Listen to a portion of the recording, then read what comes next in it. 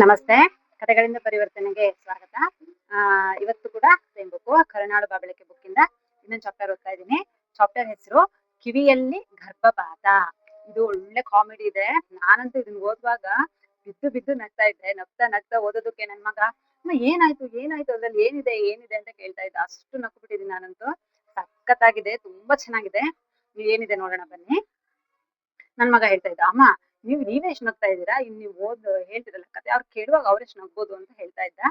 ಅದು ಏನು ಅಂದ್ರೆ ಅದು ಎಕ್ಸ್ಪೀರಿಯನ್ಸ್ ಮಾಡಿದ್ರೇನೆ ಅಷ್ಟೊಂದು ನಮಗೆ ಫೀಲ್ ಆಗುತ್ತೆ. ಅಂದ್ರೆ ಆ ಭಾವನೆ ಬರುತ್ತೆ, ನಗೋದಾಗ್ಲಿ ಅಳೋದಾಗ್ಲಿ ಆ ಫೀಲ್ ಮಾಡ್ದಾಗ್ಲೇ ಬರೋದು. ಇದನ್ನ ಓದುವಾಗ ನನಗೆ ಅಷ್ಟು ನಗು ಬಂತು.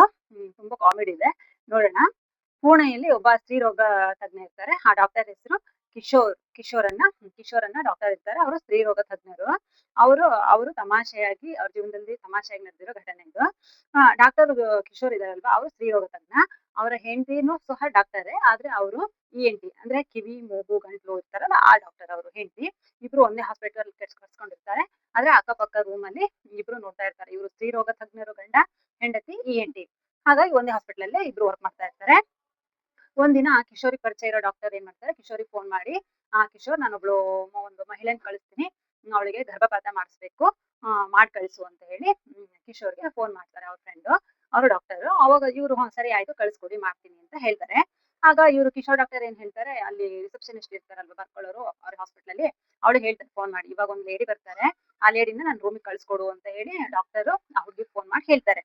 ಆಗ ಫೋನ್ ಮಾಡಿ ಹೇಳಿದ ತಕ್ಷಣ ಅದೇ ಹಾಸ್ಪಿಟಲ್ಗೆ ಒಬ್ರು ಲೇಡಿ ಬರ್ತಾರೆ. ಅವರು ಕಿವಿ ಡಾಕ್ಟರ್ ಅಂದ್ರೆ ಕಿಶೋರ್ ಹೆಂಡ್ತಿ ಇರ್ತಾರಲ್ವಾ ENT, ಅವ್ರ ಹತ್ರ ತೋರ್ಸಕ್ಕೆ ಅಂತ ಹೇಳಿ ಅವ್ರ ಕಿವಿಲಿ ಏನೋ ಒಂದ್ ಮೇಣ ಸಿಕ್ಕಾಕೊಂಡಿದೆ ಅಂತ ಹೇಳಿ ಅದನ್ನ ತೆಗ್ಸ್ಬೇಕು ಅಂತ ಹೇಳಿ ಅದೇ ಹಾಸ್ಪಿಟಲ್ಗೆ ಬರ್ತಾರೆ.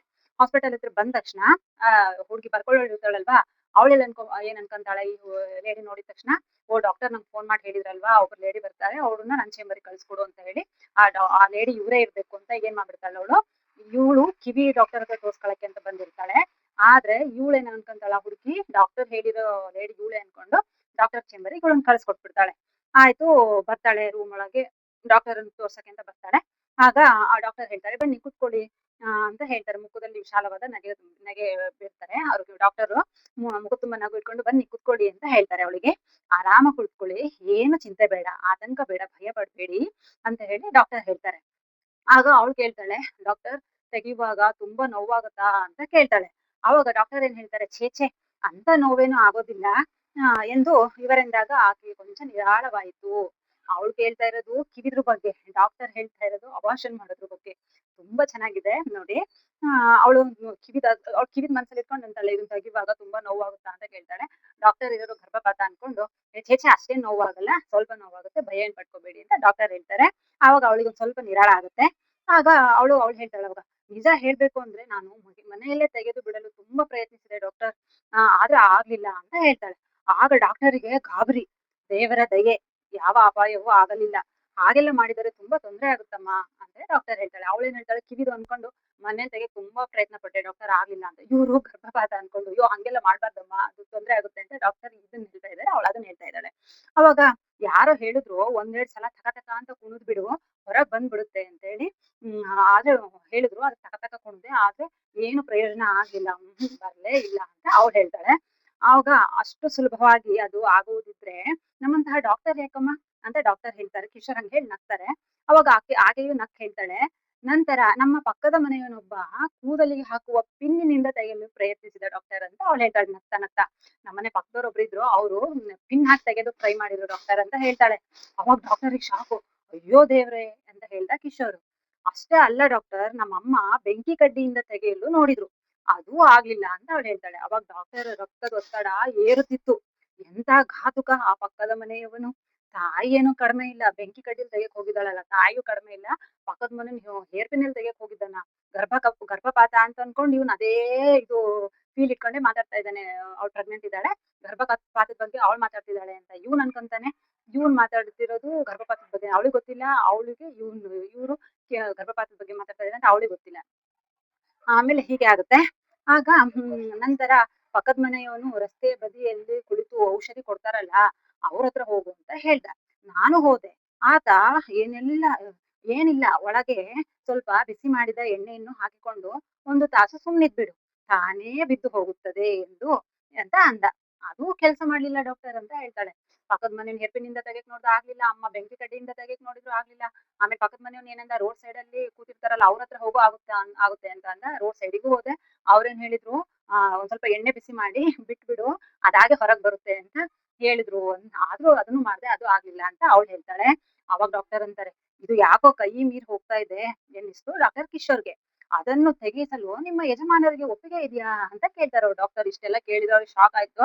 ಹಂಗಾರೆ ಇದನ್ನ ತೆಗ್ಸಕ್ಕೆ ನಿಮ್ ಯಜಮಾನ್ರ ಒಪ್ಪಿಗೆ ಇದೆಯಾ ಅಂತ ಡಾಕ್ಟರ್ ಕೇಳ್ತಾರೆ. ಆಕೆ ಮುಖದಲ್ಲಿ ಗಲಿಬಿಲಿ ಕಂಡಿತು. ಆ ಇದನ್ನು ತೆಗೆಸಲು ಅವರ ಒಪ್ಪಿಗೆ ಬೇಕೇ ಅಂತ ಅವ್ಳು ಕೇಳ್ತಾಳೆ. ಪಾಪ ಅವ್ಳು ಕಿವಿ ಕ್ಲೀನ್ ಮಾಡ್ಸಕ್ ಬಂದಿರ್ತಾಳೆ. ಕಿವಿ ಕ್ಲೀನ್ ಮಾಡ್ಸಕ್ಕೆ ಗಂಡನ ಒಪ್ಪಿಗೆ ಬೇಕಾ ಅಂತ ಅವಳಿಗೆ ಶಾಕ್ ಆಗುತ್ತೆ. ಅವರು ದುಬೈಯಲ್ಲಿದ್ದಾರೆ. ಅವರನ್ನು ನೋಡಿ ನಾನು 2 ವರ್ಷ ಆಯ್ತು. ಅವರು ಇಲ್ಲಿ ಬರುವುದೇ 3 ತಿಂಗಳಿಗೊಮ್ಮೆ ಅಂತ ಅವಳಂತಾಳೆ. ಅವಾಗ ಡಾಕ್ಟರ್ ಅಂತಾರೆ, ಓಹೋ, ಅದಕ್ಕೆ ಈಕೆ ಹೀಗೆ ತೆಗೆಸಲು ಬಂದಿದ್ದು ಎಂದು ಭಾವಿಸಿದರು ಕಿಶೋರ್. ಓಹೋ, ಗಂಡ 2 ವರ್ಷಕ್ಕೊಂದ್ಸರಿ 3 ವರ್ಷಕ್ಕೊಂದ್ಸರಿ ಬರ್ತಾನೆ. ಅದಕ್ಕೆ ಇವಳು ಪ್ರೆಗ್ನೆಂಟ್ ಆಗಿದ್ದಾಳೆ, ಅಂದ್ರೆ ಅಫೇರ್ ಇಂದ ಪ್ರೆಗ್ನೆಂಟ್ ಆಗಿದ್ದಾಳೆ, ಆಗ ಸೇರ್ಸಕ್ ಬಂದಿದ್ದಾಳೆ ಅಂತ ಡಾಕ್ಟರ್ ಅಂತ ಅನ್ಕೊಂತಾರೆ. ಆದರೆ ನಾನು ವಿಷಯವನ್ನು ಫೋನಲ್ಲಿ ಅವರಿಗೆ ತಿಳಿಸಿದ್ದೇನೆ ಅಂತ ಹೇಳ್ತಾಳೆ. ಹಾಗಾದ್ರೆ ಈಕೆಯ ಗಂಡ ಬಹಳ ವಿಶಾಲ ಮನೋಭಾವದವರಿರ್ಬೇಕು ಅಂತ ಡಾಕ್ಟರ್ ಅನ್ಕೊಂತಾರೆ. ಅಬ್ಬಾ, ಅವ್ಳ ಗಂಡ ಎಷ್ಟು ಒಳ್ಳೆಯವ್ರಲ್ವಾ, ಎಷ್ಟು ಹೃದಯವಂತಿಕೆ ಇದೆ.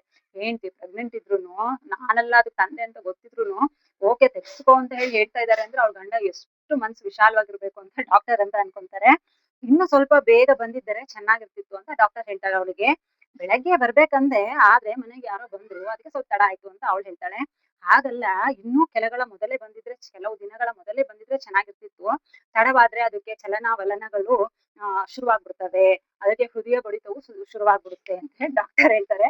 ಅವಳು ಪ್ರೆಗ್ನೆಂಟ್ ಇದ್ದಾಳೆ, ಗರ್ಭಪಾತ ಮಾಡ್ಸ್ಕೊಳಕ್ ಬಂದಿದ್ದಾಳೆ ಅಂತ ಇವ್ರು ಹಿಂಗ್ ಹೇಳ್ತಾರೆ. ಬೇಗ ಬರ್ಬೇಕಿತ್ತು, ಇನ್ನೊಂದ್ ಸ್ವಲ್ಪ ದಿನ ಬೇಗ, ಲೇಟ್ ಆದ್ರೆ ಅದಕ್ಕೆ ಹೃದಯ ಬಡಿತ ಶುರು ಆಗುತ್ತೆ, ಚಲನವಲನ ಶುರು ಆಗುತ್ತೆ ಅಂತ ಡಾಕ್ಟರ್ ಹೇಳ್ತಾರೆ. ಅವಳು ಆಕೆ ಕಣ್ಣರಳಿಸಿ ಗಾಬರಿಯಿಂದ ಅವ್ರನ್ನೇ ನೋಡ್ತಾರೆ. ಪರವಾಗಿಲ್ಲ, ಈಗ್ಲೂ ಮಾಡ್ಬಹುದು. ಆದ್ರೆ ಸ್ವಲ್ಪ ರಕ್ತಸ್ರಾವ ಜಾಸ್ತಿ ಆಗುತ್ತೆ. ಹೆಚ್ಚೇನಿಲ್ಲ, ಕೆಲವು ದಿನಗಳು ಮಾತ್ರ ಅಂತ ಡಾಕ್ಟರ್ ಅಂತಾರೆ. ಆಕೆಗೆ ಈಗ ನಿಜವಾಗಿಯೂ ಗಾಬರಿಯಾಗಿದ್ದಳು. ರಕ್ತಸ್ರಾವವೇ? ತುಂಬಾ ಹೆಚ್ಚಾಗುತ್ತದೆಯೇ ಅಂತ ಕೇಳ್ತಾಳೆ. ಬಹಳ ಹೆಚ್ಚೇನಿಲ್ಲ. ನಿಮ್ಮ ಮಾಸಿಕ ಋತುಸ್ರಾವಕ್ಕಿಂತ ಸ್ವಲ್ಪ ಹೆಚ್ಚು. ಅಂದ್ರೆ ಪ್ರತಿ ತಿಂಗಳು ನೀವು ಡೇಟ್ ಆಗ್ತಿರಲ್ವಾ, ಪೀರಿಯಡ್ ಆಗ್ತೀರಾ, ಅದಕ್ಕಿಂತ ಸ್ವಲ್ಪ ಜಾಸ್ತಿ ಆಗುತ್ತೆ. ಅಂದ್ರೆ ಒಂದ್ ವಾರ ಇರ್ಬೋದು ಅಂತ ಡಾಕ್ಟರ್ ಹೇಳ್ತಾರೆ. ಆಕೆ ನಡ್ಗೋದಕ್ ಶುರು ಮಾಡ್ಬಿಟ್ಲು. ತಲೆ ಕೂದ್ಲನ್ನು ಕೈಯಲ್ಲಿ ಹಿಡಿದುಕೊಂಡಿದ್ಲು. ವೈದ್ಯರು ಹೇಳಿದ್ರು, ಚಿಂತೆ ಮಾಡ್ಬೇಡಿ, ನಾನಿದ್ದೀನಲ್ಲ, ಈಗ ನಿಮ್ಮ ಬಟ್ಟೆ ಕಳಿಸಿ ಪರೀಕ್ಷೆ ಮಂಚದ ಮೇಲೆ ಮಲ್ಕೊಳ್ಳಿ ಅಂತ ಡಾಕ್ಟರ್ ಹೇಳ್ತಾರೆ. ನೀವೇನ್ ಚಿಂತೆ ಮಾಡ್ಬೇಡಿ, ನಾನಿದ್ದೀನಲ್ಲ, ನಾನು ಆರಾಮಾಗಿ ಮಾಡ್ತೀನಿ. ನೀವು ಬಟ್ಟೆ ತೆಗ್ದಿ ಇದು ಚೆಕಪ್ ಮಾಡ್ತಾರಲ್ಲ ಆ ಮಂಚದ ಮೇಲೆ ಮಲ್ಕೊಳ್ಳಿ ಅಂತ ಡಾಕ್ಟರ್ ಹೇಳ್ತಾರೆ. ಅವಳು ಫುಲ್ ಗಾಬರಿಯಾಗಿ ಕ್ಷಣ ಮಾತ್ರದಲ್ಲಿ ಆಕೆ ಮಂಜಿನಂತೆ ಕರಗಿ ವೈದ್ಯರ ಕೊಠಡಿಯಿಂದ ಓಡಿ ಹೋದಳು. ಅವಳಿಗೆ ಫುಲ್ ಗಾಬರಿ ಆಗೋಗುತ್ತೆ. ಇವ್ರು ಗರ್ಭಪಾತದ ಬಗ್ಗೆ ಮಾತಾಡ್ತಿದ್ದಾರೆ, ಪಾಪ ಅವಳಿಗೆ ಗೊತ್ತಿಲ್ಲ. ಅವ್ರ ಕಿವಿದ್ರ ಬಗ್ಗೆ ಮಾತಾಡ್ತಾ ಇದ್ದಾರೆ, ಇವ್ರಿಗೆ ಗೊತ್ತಿಲ್ಲ. ಹಂಗಾಗಿ ಅವಳಿಗೆ ಫುಲ್ ರಕ್ತಸ್ರಾವವಾಗುತ್ತೆ ಅಂತ ಬಟ್ಟೆ ಕಳ್ಸಿ ಬೆಡ್ ಮೇಲೆ ಮಲ್ಕೊಳ್ಳಿ ಅಂದ ತಕ್ಷಣ ಡಾಕ್ಟರ್ಗೆ ಹೇಳ್ದೆ ಕೇಳ್ದೆ ಓಡೋಗ್ಬಿಡ್ತಾಳೆ. ಅದಕ್ಕೆ ಆ ಕರದಿಗೆ ಸರ್ ಲಾಸ್ಟ್ ಅಲ್ಲಿ ಏನ್ ಹೇಳಿದ್ದಾರೆ ಅಂದ್ರೆ, ಮತ್ತೊಬ್ಬರ ಜೊತೆ ಸಂವಾದ ಮಾಡುವಾಗ ಆ ವ್ಯಕ್ತಿ ಹೌದಾ ಅಲ್ವಾ ಅಂತ ತಿಳ್ಕೊಂಡು ಮಾತಾಡ್ಬೇಕು. ನಾವ್ ಎಷ್ಟೋ ಬಾರಿ ಹೀಗೆ ಮಾಡ್ತೀವಲ್ವಾ, ಅರ್ಧ ಗಂಟೆ ಮಾತನಾಡಿ ಆದ್ಮೇಲೆ, ಓಹೋ ನೀವಾ, ನಾನು ಅವ್ರು ಅನ್ಕೊಂಡು ಇಷ್ಟೊತ್ತು ಮಾತಾಡ್ಬಿಟ್ಟೆ, ತಪ್ಪಾಗಿ ಭಾವಿಸ್ಬೇಡಿ ಅಂತ ಹೇಳ್ಬಿಡ್ತೀವಿ. ಯಾರ ಮಾತು ಯಾರಿಗೋ ಹೇಳಿದರೆ ಅನರ್ಥವಾದೀತು ಅಂತ ಹೇಳಿ ಕರದಿಗೆ ಸರ್ ಹೇಳ್ತಾ ಇದ್ದಾರೆ. ನಾವು ಹೌದು, ಎಷ್ಟೊಂದ್ ಸರಿ ಅಂತ ಪಕ್ಕಕ್ಕೆ ಮಲ್ಕೊಂಡಿರ್ತಾರೆ, ಯಾರಂತಾನೂ ನೋಡಿರಲ್ಲ ಕೆಲವೊಂದ್ ಬಾರಿ. ಹಿಂಗ್ ಮಾತಾಡ, ಅಯ್ಯೋ ನೀನಾ ಮಗ್ನೆ, ನನ್ನ ಅಪ್ಪ ಅನ್ಕೊಂಡೆ, ಪಾಪ ಬಂದ್ ಮಲಗಿದ ನೀನಾ ನನ್ನ ಮಗಳು ಅನ್ಕೊಂಡೆ ಅಂತ ಹೇಳ್ತಿರ್ತೀವಿ, ಅಮ್ಮ ಅನ್ಕೊಂಡ್ವಿ ಅಂತ ಕೆಲವೊಂದ್ ಬಾರಿ ಹಿಂಗೆ ಆಗುತ್ತಲ್ವಾ. ನಿಮಗೆ ಈ ರೀತಿ ಆಗಿದ್ಯಾ ನಿಮ್ ಲೈಫಲ್ಲೂ? ಈ ತರ ಯಾರೋ ಅನ್ಕೊಂಡು ಯಾರಿಗೋ ಹೇಳಿ ಅದು ಅನರ್ಥವಾಗಿರೋದು ಯಾವ್ದಾದ್ರು ಇದ್ಯಾ? ಇದ್ರೆ ಕಮೆಂಟ್ ಮಾಡಿ.